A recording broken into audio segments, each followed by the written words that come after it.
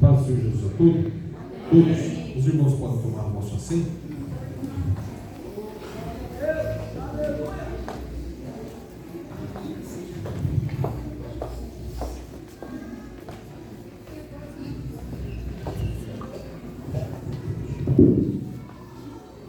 Paz do Senhor. Amém. Irmãos, eu sou o Ivan da Claudiane. Eu sou a Claudiane do Ivan. Nós vamos fazer em novembro a maior de idade, 18 anos de casados. Mas juntos nós temos 21 anos. Olha que bem. Somos pais da Helena e da Heloísa. A Helena tem 5 e a Lu tem 3. E são as nossas duas flechas, né? As mais lindas do nosso universo. Irmãos, nós, como estamos em um culto com as famílias, nós gostaríamos de sempre ter esse cuidado de meditar em algo sobre a família.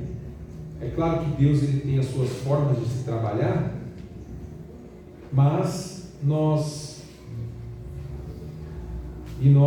sempre temos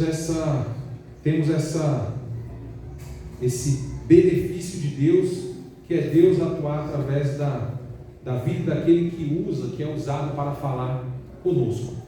E nessa oportunidade nós vamos falar com os irmãos sobre, conforme a nossa programação, que é com o tema Protegendo a Família dos Ataques do Inimigo. Abra aí a sua Bíblia, irmãos, em Jó, capítulo 1, versículo 5. Jó, capítulo 1, versículo 5.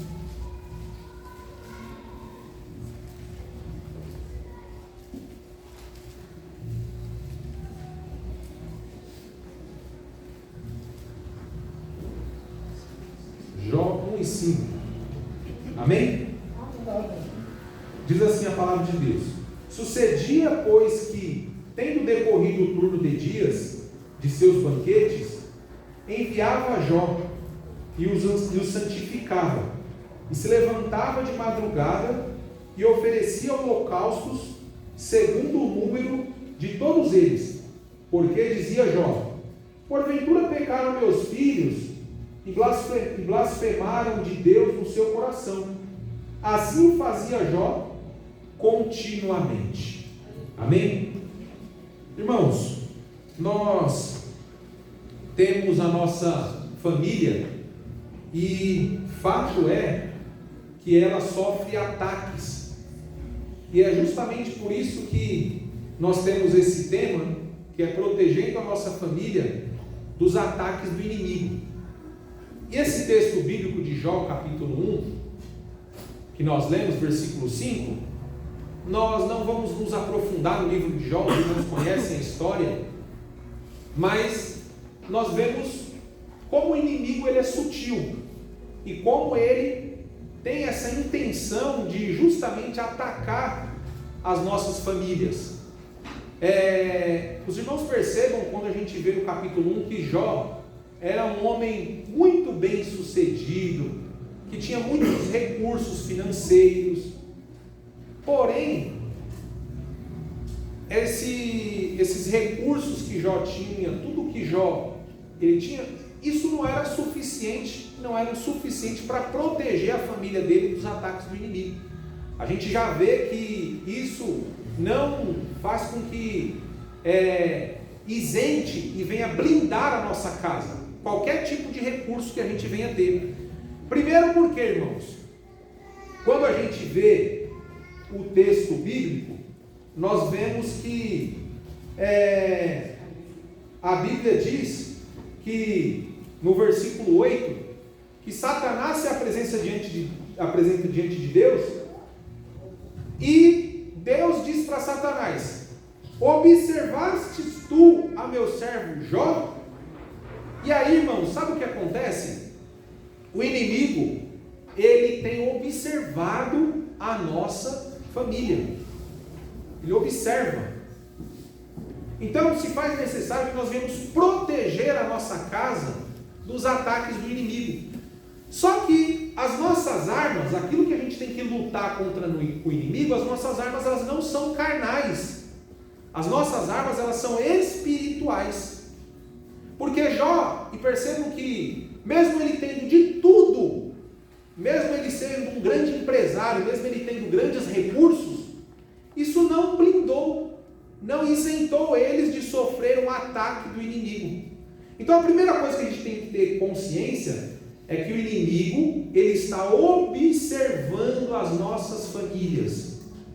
Ele está à espreita, ele está tentando buscar uma brecha para que no momento oportuno ele venha atacar as nossas famílias.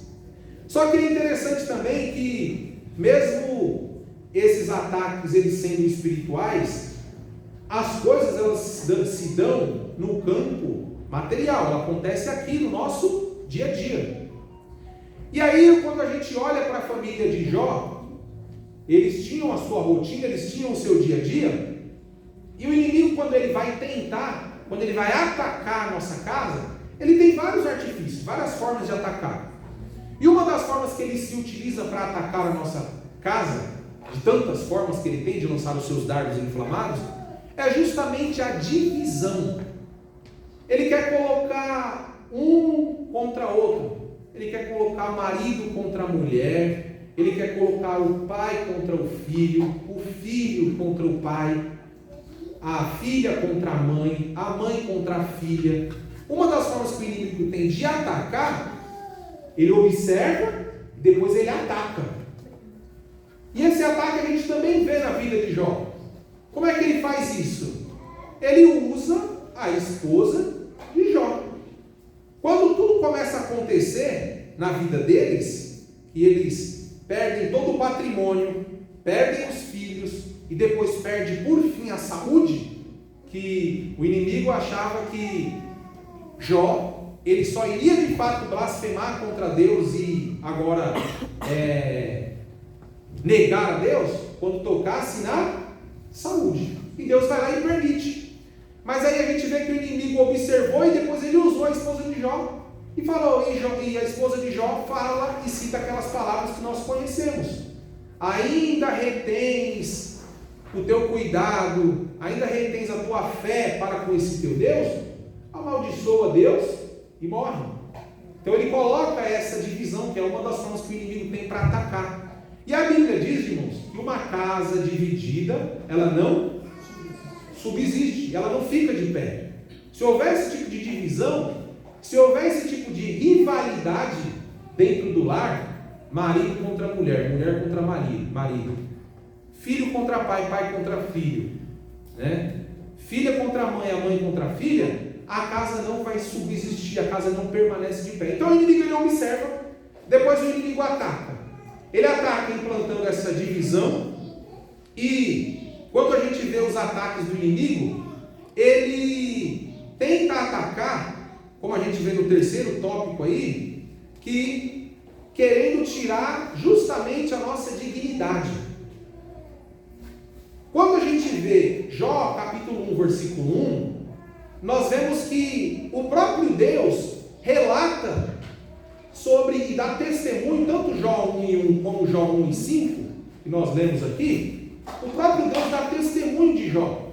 Por quê? Porque uma das formas que o inimigo tem de atacar a nossa casa é fazer com que nós venhamos perder a nossa credibilidade, fazer com que nós não venhamos ter o respeito.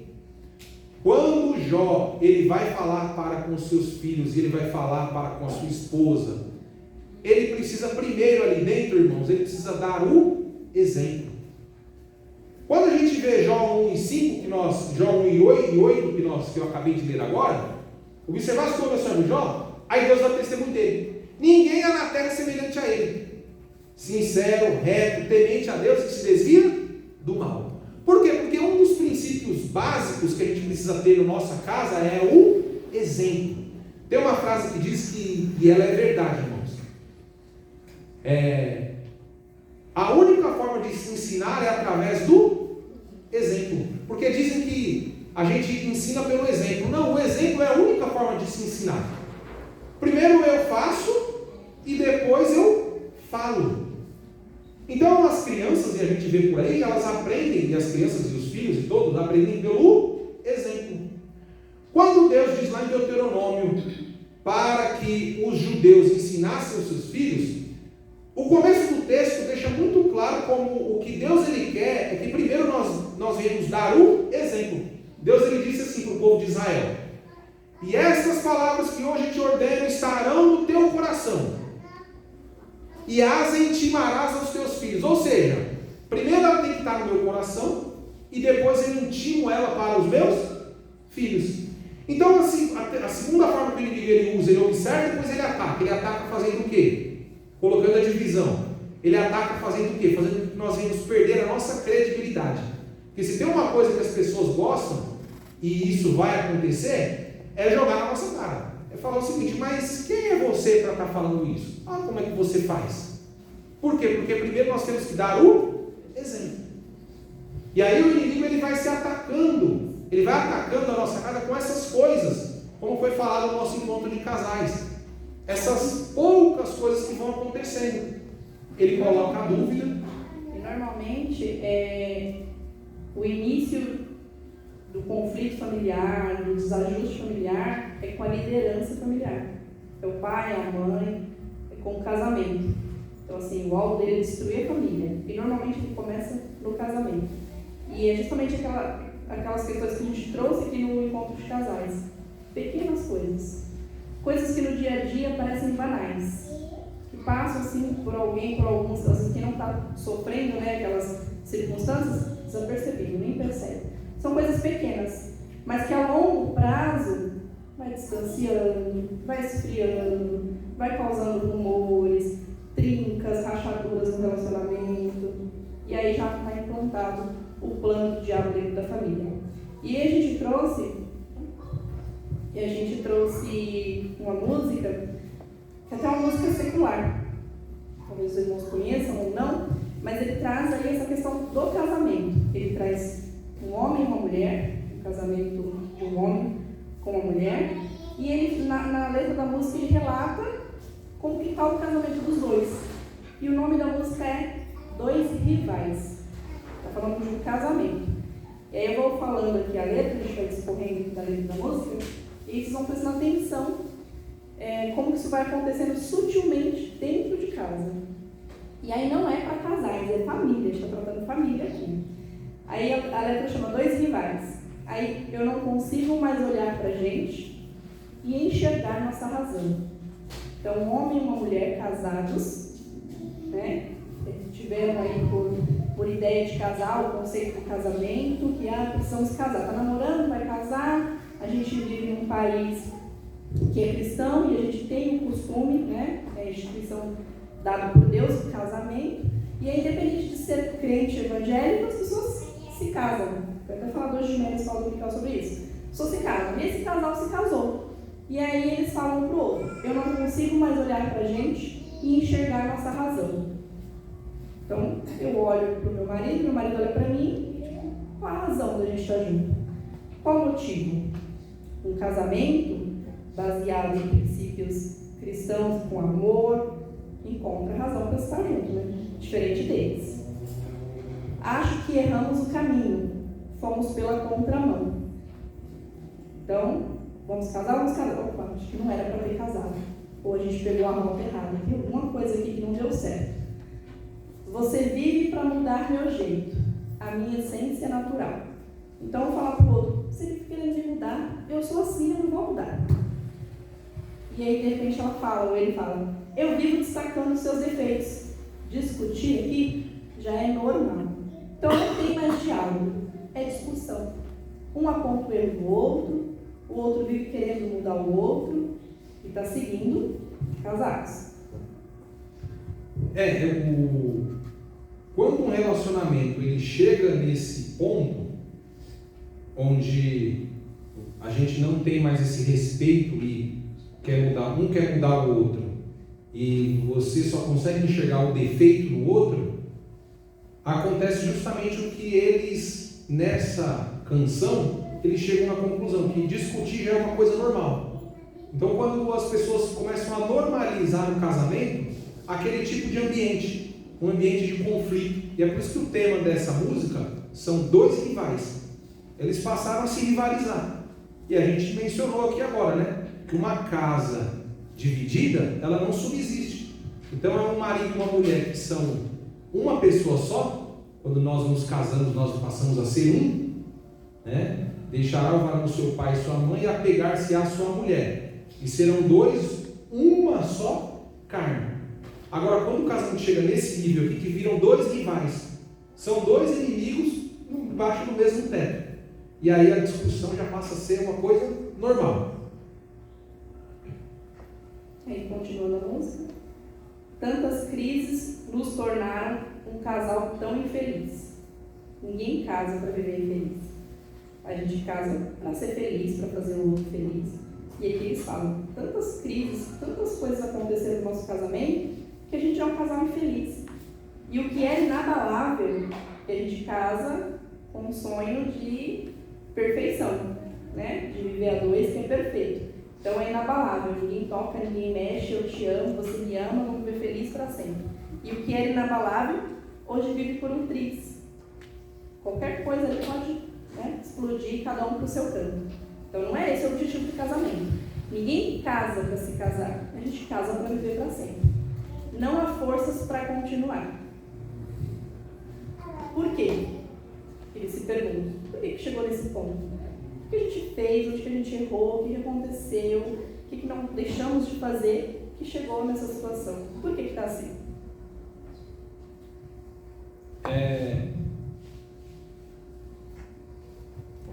Fomos pouco a pouco nos tratando como dois estranhos, como dois rivais.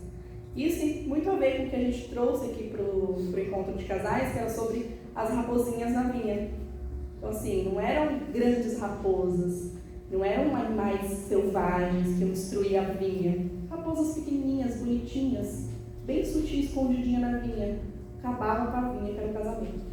Acabava com a vinha, que é a nossa família, que é o bem mais precioso. Então são coisas muito pequenas do dia a dia que a gente não percebe e vai destruindo o nosso casamento e a nossa família. Vamos pouco a pouco. Da noite pro dia que a pessoa chega, mete o pé na porta, não quero mais esse casamento. Não, são detalhes, são coisas pequenas. Talvez até aquele comportamento que alguém teve de manhã, teve ontem lá em casa, não deu nada não, mas talvez tenha magoado. Tenha colocado uma sementinha de mágoa ali. É o pouco a pouco, é isso. Transformando sonhos em frustrados planos, invejando a vida de outros casais. Então, como eu falei, ninguém casa para se separar. Então, quando a gente casa, a gente faz sonhos. Quando eu casei com o Ivan, lá em 2008, 22 de novembro de 2008, que eu casei, eu fui lá para o nosso apartamento, eu tinha planos. Queria estudar, queria viajar, queria ter filhos, queria tanta coisa, e realizei tanta coisa. Então, quando a gente casa, a gente faz planos. E eles aqui, o casal aqui da música, são sonhos, mas viraram planos frustrados. Nada deu certo. O que eles fizeram? Nada deu certo. A viagem não deu certo, talvez a gestação não deu certo, o encontro da família não deu certo, os estudos não deu certo, o relacionamento dos dois não deu certo, tudo errado. O que aconteceu? E aí passaram o quê? A invejar a vida de outros casais. Como se a grama do vizinho, né? Sempre verdinha, né? Todo mundo tem problemas. Todo mundo tem questões de família, de matrimônio, mas sempre está invejando o outro. O meu não é bom, o outro é melhor. Percebi que quanto mais tentamos, mais nos machucamos, sem nos importar. Então, às vezes até se mantém ali no relacionamento, no casamento, na convivência, tentando, só que esse tentar machuca mais ainda. Causa mais dores, mais feridas. Né? E aí a gente está falando aqui de família, mas a gente abre aí para outros relacionamentos também. Né? A gente insistir em algo que não está dando certo, está me machucando, está me fazendo mal. Então, vale a pena, compensa continuar, né? E aí, quanto mais tentamos, mais nos machucamos sem nos importar. Então já está tudo feio, está tudo machucado, continuam se machucando. Então, olha quanta ferida que não gera nesse relacionamento, né? Então é a menina que está ali, se andando, fazendo a festa. E a gente não consegue enxergar essas pequenas coisas, não consegue entender o que está acontecendo com o outro, não tem um olhar mais carinhoso, não tem mais aquela atenção do início do relacionamento, né? Então vai se machucando, vai se maltratando. Isso é muito sofrido. Isso é o quê? É inimigo, é o Satanás reinando dentro de casa ou no relacionamento. E aí eles chegam à conclusão. Já que está desse jeito, a única saída é terminar. E aí eu falei, ninguém casa para se separar. E aí, como a gente falou, o casamento é uma instituição criada por Deus, uma ordenança divina, sagrada, e Deus não quer que ninguém se case para se separar. E eles chegam à conclusão. E a única saída é terminar. E aí Satanás comemora, porque o objetivo dele foi alcançado. Ele quer destruir famílias. Começou no casal e pronto, alcancei meu objetivo. Mais uma família destruída. Triste, né, irmãos? E isso acontece muito próximo da gente. Às vezes a gente fala, tudo bem, mas não, às vezes um amigo está passando por isso, a família está passando por isso, um irmão, alguém conhecido. Então que a gente possa refletir sobre isso, ou ouvir as pessoas que trazem queixas para a gente, dar orientação sábia, orar por essa pessoa, porque isso aqui é muito triste, terminar, romper o relacionamento. É o diabo triunfando na vida do casal. E aí, por que esse relato aqui, de uma música que reflete o que aconteceu na vida de um casal, por que a gente olha para esse final, que algo que todo mundo espera que seja um final feliz, mas aqui foi um final triste, a única saída que eles têm é terminar? Por que para eles a saída é terminar? Porque quando, embora as pessoas que não são da igreja, quando se casam, elas estão cumprindo com um mandamento bíblico, seja ela da igreja ou seja ela que não seja da igreja. Quando ela se casa, é um mandamento bíblico que é a união entre um homem e uma mulher. Só que muitas vezes as pessoas que se casam, que não são cristãs, ou até mesmo cristãos que se casam, eles não casam com princípios cristãos, eles casam apenas com um conceito. Qual que é a diferença? Você casar simplesmente por um conceito, porque você vive numa cultura, essa é a nossa cultura do casamento, e a diferença é quando você casa com princípios. A diferença é que quando acontece esse tipo de situação aqui, que a coisa não começa a ir bem, a saída para eles, e a única saída para eles é terminar. Por quê? Porque eles não casaram com um princípio, eles casaram com um conceito.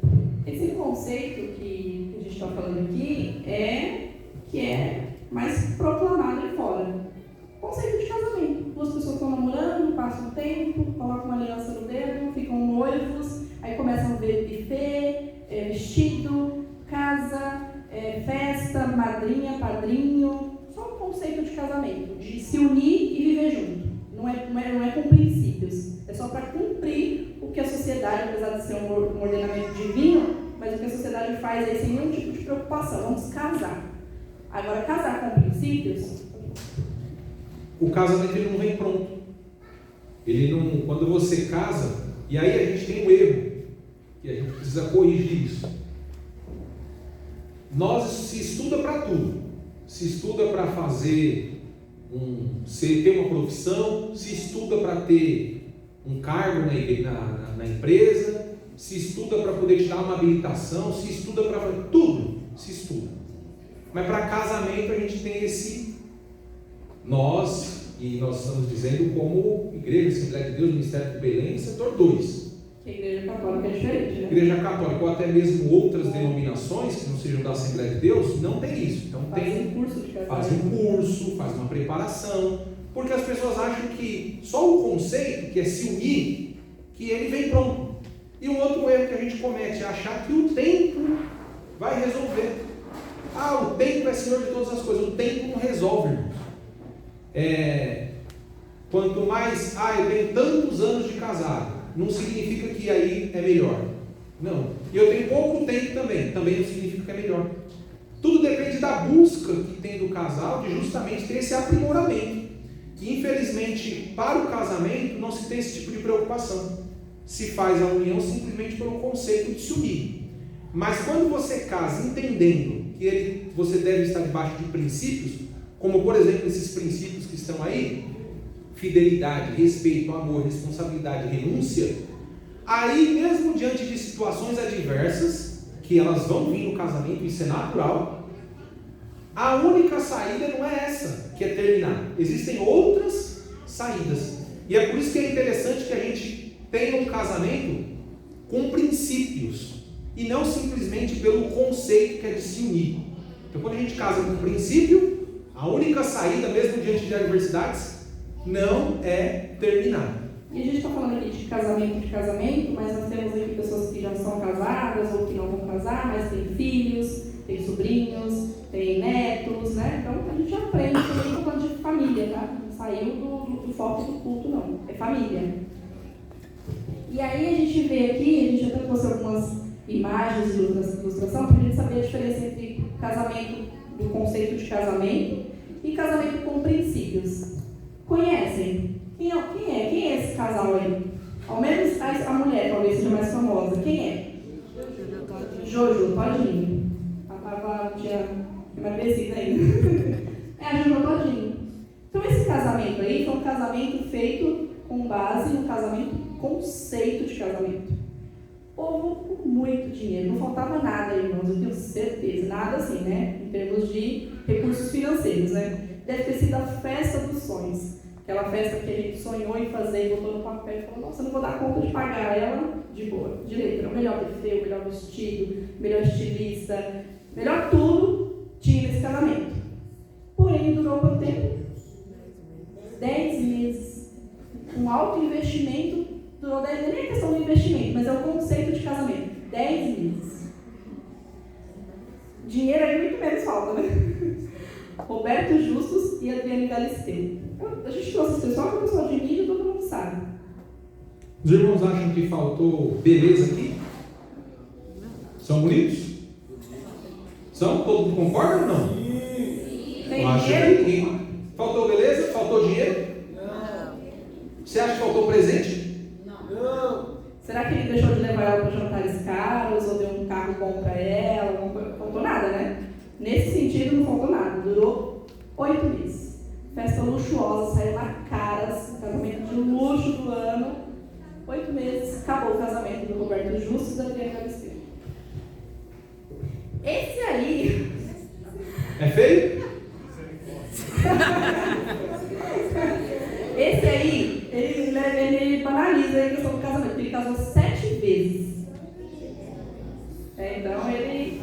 E aí ele casou com uma mulher linda, uma das, né? Todas são muito lindas. Provavelmente não faltou recurso também, não faltou presentes, joias, jantares, hotéis de luxo, viagem, não faltou nada disso. Casa bonita, bem equipada, não faltou nada disso nesse casamento. E às vezes a gente já reclama, né? Acabou por conta disso. 3 meses casados. E os casamentos é tudo assim, 7 casamentos, 5 meses, 1 ano, 6 meses. Daniel Vintes e Jonatas Faro. Quanto tempo ficaram juntos? Não faltou beleza, não faltou dinheiro, não faltou presentes, não faltou cortejar ela, abrir porta de carro, levar em jantar, não faltou nada, né? Não. Durou 3 meses também. Casaram só com o conceito de casamento aí, de se unir e morar juntos. Aquela coisa de unir as escovas de dente. Ah, não, é bonito, vamos fazer uma festona para sair na mídia, e foi. Gastou a zilhões, casaram, 3 meses, acabou tudo. E a gente tem Thaís Fersosa e Joaquim Lopes também, que são atores, famosos e tudo mais. 1 semana. 1 semana. Foi um casamento luxuosíssimo também. Na volta da viagem, ele já pediu para romper o casamento. E aí foi uma suspeita de traição, tinha alguém envolvido. 1 semana. Foi um casamento, um mega casamento. Hoje ela está casada, ela é esposa do cantor lá, do Michel Teló. Então eles são católicos, frequentam a igreja, os filhos fazem crisma. Então seguem um casamento com princípios hoje. Nesse tempo não, tanto que durou 1 semana. Ela está casada há anos com o Michel Teló agora. mas seguem o princípio cristão. Então, irmãos, a gente se engana quando acha que o dinheiro, a beleza, os presentes e o estilo de vida que o casal vai levar, e isso muitas vezes é a preocupação de muitos casais, até quando está no começo de algum relacionamento, mas isso não mantém um casamento, isso não sustenta um casamento, esse tipo de estilo de vida. Quando eu comecei a namorar com o Ivan ia quase todos os dias de casa, ele levava para mim, não sei. Levava para mim um chocolate Twix e 2 dadinhos. Era o que dava para comprar. Toda vez que ele chegava, era um chocolate Twix e 2 dadinhos. Esse presente melhorou, mas não foi essa questão de ter presente ou não que a gente está juntos há 20 anos, né? Porque a gente mantém um relacionamento com princípios, né? Então, isso aí que a gente passou da história desses casamentos que se romperam aí, então não quer dizer nada, a questão de dinheiro, de bens, de casa, de patrimônio, não tem nada, não é isso. Casaram só pelo conceito de unir escova de dente, vão morar juntos e fazer festona. Não casaram com princípios. E aí, irmãos, com base nisso, quando a gente está falando de princípios e valores num relacionamento, num casamento, a gente trouxe aqui algumas perguntas que vão ao encontro justamente desses princípios que nós falamos agora. Porque, Ivan e Claudio, vocês estão falando de princípios aí. Quais, por exemplo? Então, tem aí uma enquete aí que os irmãos podem responder. Quero que os irmãos respondam. Quem deve dar o primeiro passo para pedir perdão? Quem errou primeiro ou qualquer um dos dois? A ou B? Tiveram uma discussão, um amou o outro ali, independente de quem foi. Quem é que tem que dar esse primeiro passo? Irmãos, quem é? Levanta a mão. Quem errou primeiro pode responder, irmãos. Quem errou primeiro, levanta a mão. Qualquer um dos Foi dois. fulano que errou, então é ele que tem que ir lá pedir perdão. Qualquer um dos dois? A maioria é qualquer um dos dois, responde. Efésios 5:25. Vós, maridos, amai vossa mulher, como também Cristo amou a igreja, e a si mesmo se entregou por ela. O que isso tem a ver? O que isso tem a ver? Irmãos, tem um princípio que é o princípio da iniciativa.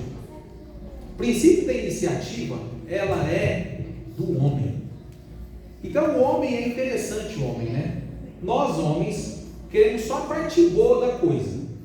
A gente quer ser o cabeça, a gente quer usar os textos bíblicos que falam assim, olha, assim como Cristo é a cabeça da igreja, o varão é a cabeça da mulher.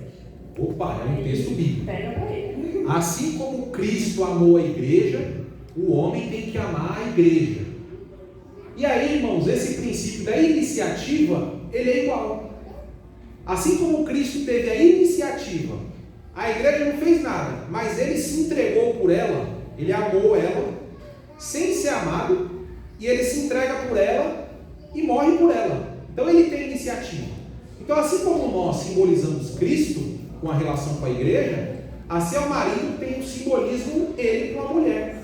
É ele que tem que ter a iniciativa. Meninas, não vão atrás, hein? E é para tudo, viu? Iniciativa. É para tudo. Amém. Deixa Quem ele pedir namoro. viu lá que o camarada é devagar, olha, volta um passo atrás. O princípio da iniciativa tem que ser do homem. Ele tem que ir lá galantear, ele tem que ir atrás, ele tem que pedir namoro, ele tem que fazer. O princípio da iniciativa está com ele. Isso a gente está falando de um princípio bíblico, né? Que é o princípio da iniciativa. Então aqui, quem deve dar o primeiro passo para pedir perdão? Independente de quem errou. Assim como Cristo amou a igreja sem ser amado, a iniciativa tem que ser do homem. Vós, maridos, amai as vossas mulheres, assim como Cristo amou a igreja. E às vezes o que atrapalha muito disso acontecer é o ego, o egoísmo, o coração duro. Eu não, foi ele. Eu não, foi ela. É o seu casamento. Essas são as pequenas coisas. É uma raposa implantada lá, futricando a raiz da sua vinha. Então, toma cuidado. O que fortalece mais o casamento? Grandes presentes ou pequenas atitudes diárias? Nunca dá nada para a namorada, para a esposa. Chega dia dos namorados, traz um buquê. Nem é grande presente. A flor aí é R$100, você compra um buquê. Nem é grande coisa. Nem carro. Então é grandes presentes. Só no aniversário. o trato, o respeito, o carinho, o cuidado. Grandes presentes ou pequenas atitudes diárias? O B. Irmãos, aqui é o princípio do cuidado. Infelizmente, sabe o que acontece nessas datas comemorativas? De certa forma, a gente tem até uma tranquilidade quando chega essas datas e às vezes devido à correria não dá para dar alguma coisa naquele dia, né? E até é compreensível. Sabe por quê? Porque, infelizmente, às vezes quando a gente tem essa prática de querer só dar aquele mega presente e causar todo aquele espanto, na verdade por trás às vezes está uma tentativa de querer justificar uma ausência, aquela compensar uma falta. Então eu quero causar aquele espanto fazendo... Irmãos, eu trabalhei durante muitos anos numa empresa e eu tinha uma coisa para mim. Chegou um camarada lá fazendo gracinha lá para as funcionárias, dando carro de som, estourando fogos e música, fez coisa errada. E via de regra era desse jeito. Você ia perguntar, chegou um buquê de flor lá dentro da empresa, lá para espantar todo mundo, aquela arruaça. E quando você vai ver, aquele relacionamento assim, tóxico, aquela coisa ruim. Por quê? Porque sempre quer ficar compensando a falha da pessoa. É igual o pai ausente. Pai ausente. Às vezes acontece, sei lá, a mãe cria sozinha, ou às vezes o pai está dentro de casa, mas é só misericórdia de Deus. E aí chega a data comemorativa, aniversário, ou uma visita que fez, traz lá um PlayStation, um notebook, um celular, ou bota dinheiro na conta, quer compensar a ausência dele. A presença de pai que ele deveria ter diariamente, quer compensar. Não faz isso ao longo do dia, no dia a dia, na rotina, aí quer compensar com grandes presentes. Não consegue. Irmãos, jovens, maridos, mulheres, confiem. Fica com muita fanfarronice. Tem uma coisa que falam que é verdade, irmãos. Torneira muito apertada, está com defeito.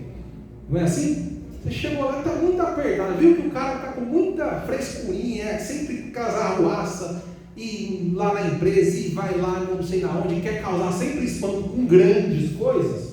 É um cara que no dia a dia ele está faltando alguma coisa. E o dia a dia é tão simples, irmãos. É acordar, é um carinho, é um bom dia, é uma mensagem, de repente sai mais cedo, não conseguiu ver, mas ao longo do dia conversa.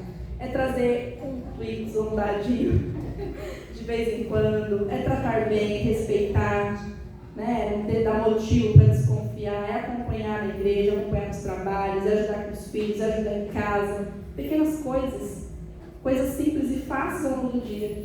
Não vai te fazer gastar dinheiro com grandes presentes para compensar a sua falha. É ao longo do dia, na rotina, coisas muito pequenas. É um abraço, é um carinho, né? É uma fala, é um acolhimento. Tudo muito simples, sem grandes custos. Aliás, a custo zero.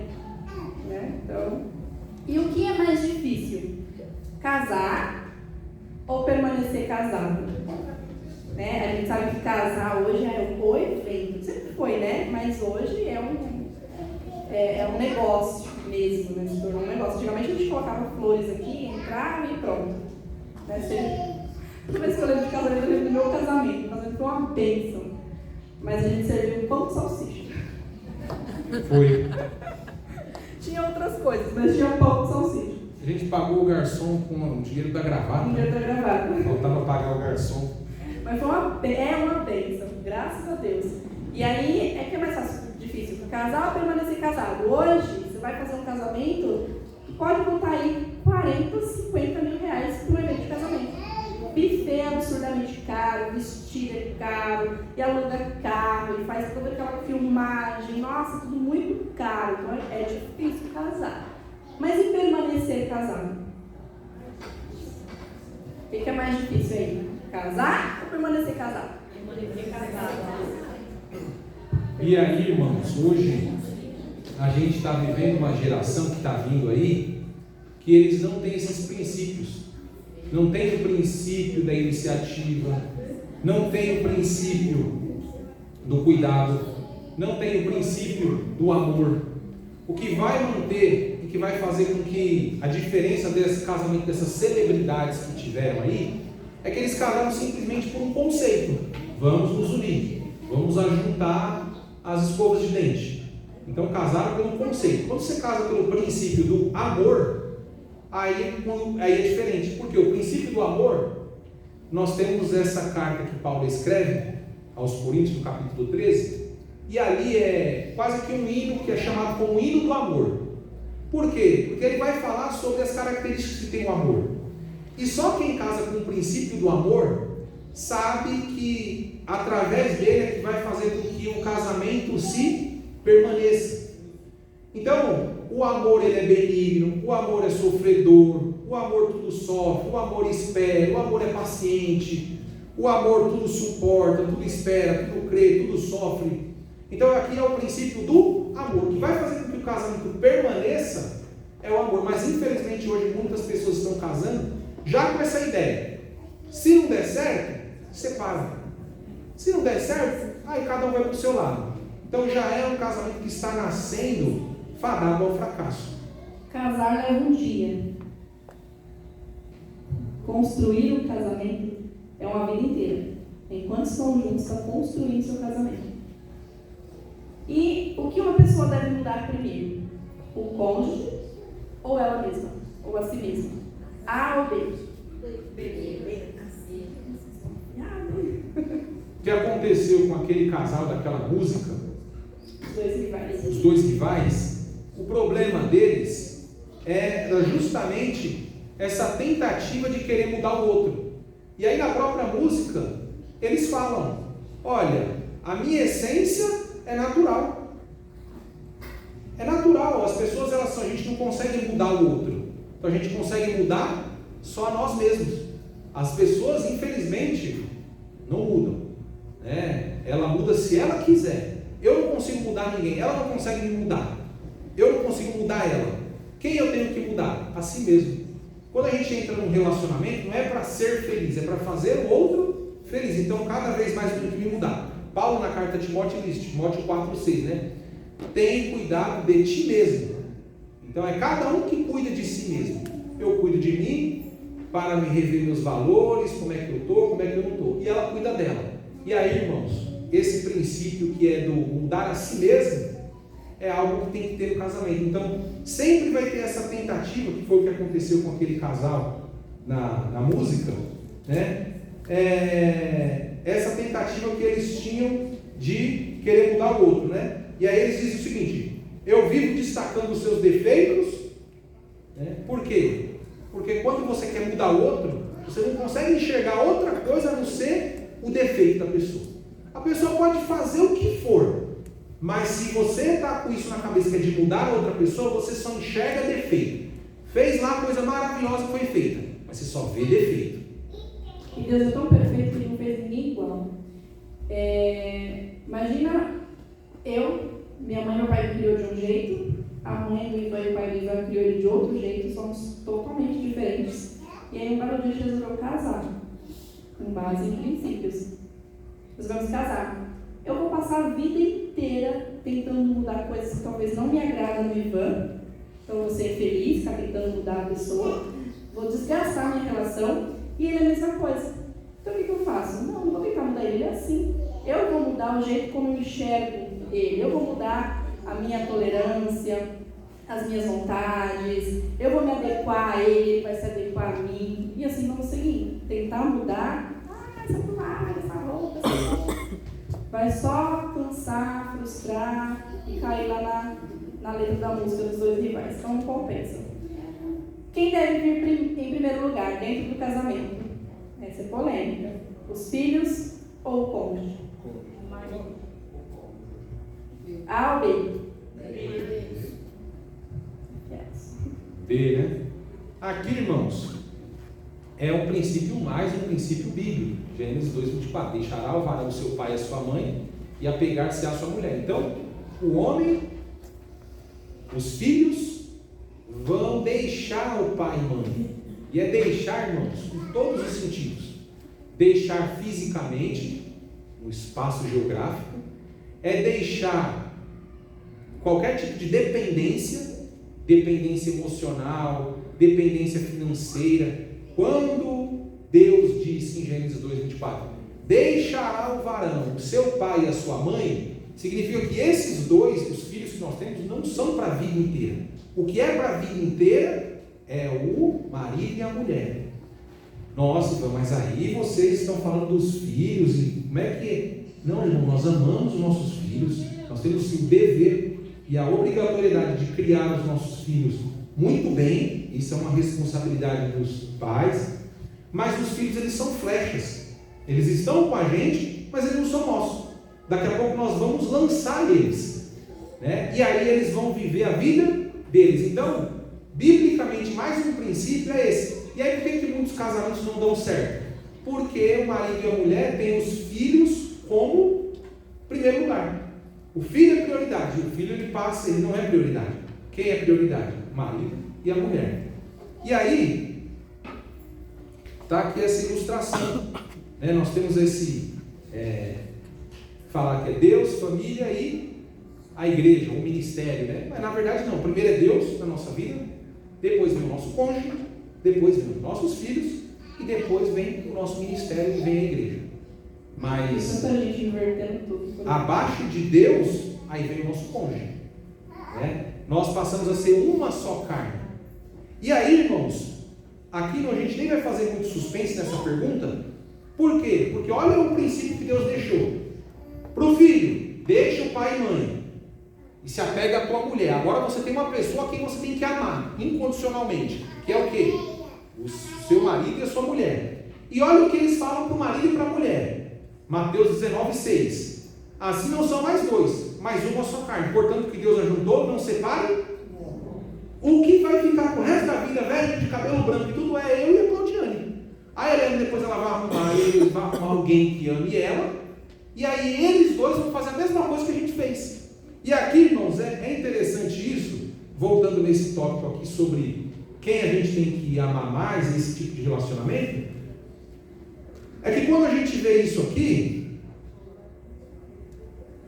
na verdade é nesse, qual é o maior patrimônio da família, né? Os bens materiais? Não, nesse aqui. O que os filhos mais precisam ver e ter? Pais perfeitos ou pais que se amam? Né? Eles precisam mais ver e ter pais que se amam. Eu ouvia bastante, e isso de certa forma me gerava um certo incômodo, quando às vezes a pessoa falava assim, olha, mas eu nunca tive eu nunca vi meu pai ou minha mãe ter nenhum tipo de briga, ou nem passar por nada, eu nunca vi isso. Nós não temos que passar a ideia de perfeição para os nossos filhos. Os nossos filhos têm que saber que há problemas e há dificuldades. Concordo que a gente não tem que brigar na frente de filho. Isso aí é verdade. Pai e mãe não se brigam na frente de filho. Ele vai discutir, ter algum tipo de discussão fora. Mas é possível que depois os filhos vejam o desdobramento da discussão que eles não tiveram, mesmo que não fosse na nossa frente. Depois você vê a mãe um pouco chateada, o pai um pouco chateado. Mas essa visão que eles têm que ter de fato de que, olha, aconteceu alguma coisa, mas eles estão juntos, fortalece ainda mais o conceito de família na cabeça dos filhos. Porque quando o filho ele só vê um casal que pinta uma ideia de perfeição, ele vai falar, poxa, não tem nenhum tipo de problema, não tem dificuldade nenhuma. Agora, quando ele vê que o casal, o pai e a mãe, passam por alguma dificuldade, mas que mesmo em meio a alguma dificuldade ou outra, eles estão ali juntos, e estão fiéis um para com o outro, aquilo ali fortalece ainda mais nos filhos o conceito de família.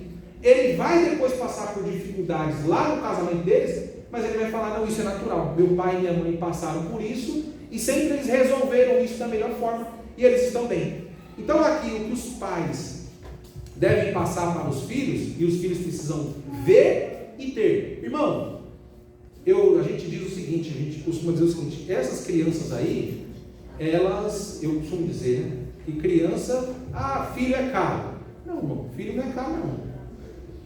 O que é caro são os pais, que é justamente que os pais são mais, quer dar o melhor, quer dar o mais caro, quer fazer, quer acontecer. Mas o que ele precisa ver e ter é justamente o nosso exemplo. para que através do conceito que eles vejam ali de família, eles fortaleçam cada vez mais o conceito na cabeça deles. Olha lá o meu pai e a minha mãe.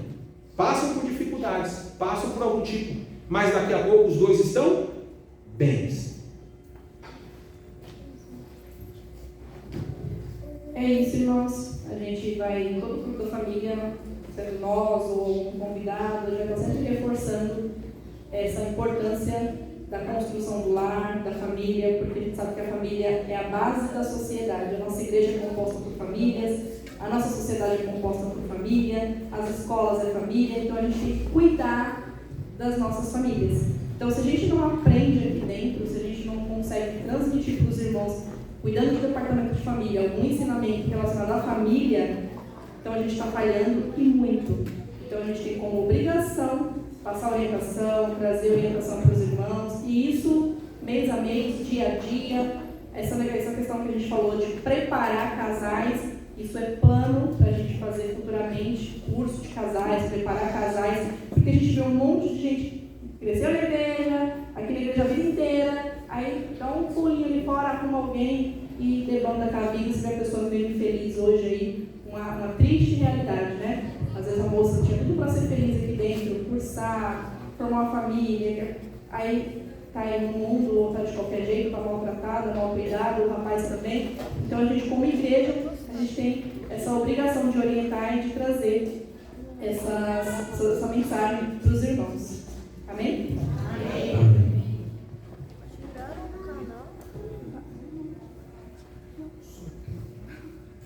Irmãos, a gente vai finalizar aqui com o sorteio.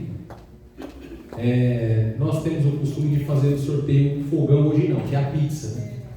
Para as famílias. Para uma família, na verdade. Vamos ver aqui. Vocês querem o sorteio da pizza hoje?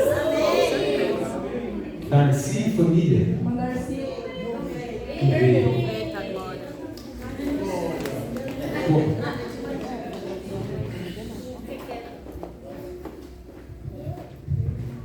Luciana e família. Não veio.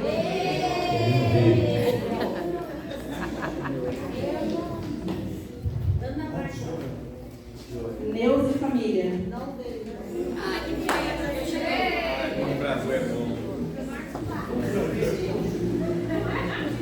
Irmão Manuel e irmã Lúcia.